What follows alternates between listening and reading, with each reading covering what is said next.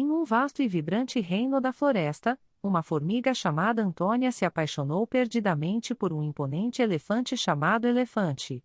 Embora fossem de mundos diferentes, seu amor floresceu em segredo, enfrentando os desafios de tamanhos, modos de vida e a desconfiança de seus amigos. Antônia sempre sonhou em conhecer o mundo além de sua colônia e, quando viu o elefante pela primeira vez, mostrando que, independentemente do tamanho ou da espécie, a verdadeira conexão pode vencer qualquer desafio.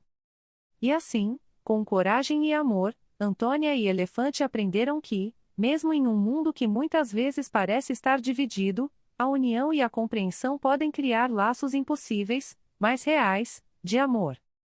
Se inscreva no canal e clique no sininho para mais histórias encantadoras. E os animais da floresta costumavam se reunir. Com o coração acelerado, ela subiu em uma folha grande e começou a falar sobre seus sentimentos. Elefante, tocado, respondeu que também a amava, mas que temia que seu amor não fosse aceito. Agora se inscreve e deixa o like para eu continuar a história. Agora sim, vamos lá. A história de amor dele se desenrolou em momentos secretos, onde Antônia contava sobre suas aventuras no formigueiro e Elefante compartilhava histórias sobre suas viagens pela floresta. Eles sonhavam juntos com um futuro onde as diferenças não importavam, e o amor fosse tudo o que precisavam. Certa vez, um grande incêndio começou a se espalhar pela floresta. Antônia, com suas pequenas patas, não poderia apagar as chamas, mas se lembrou de que a coragem a união poderiam salvar a todos. Ela convenceu seus amigos formigas a se unirem e, com a ajuda de Elefante, eles formaram uma corrente de água. Juntos, conseguiram conter o fogo e salvar a floresta.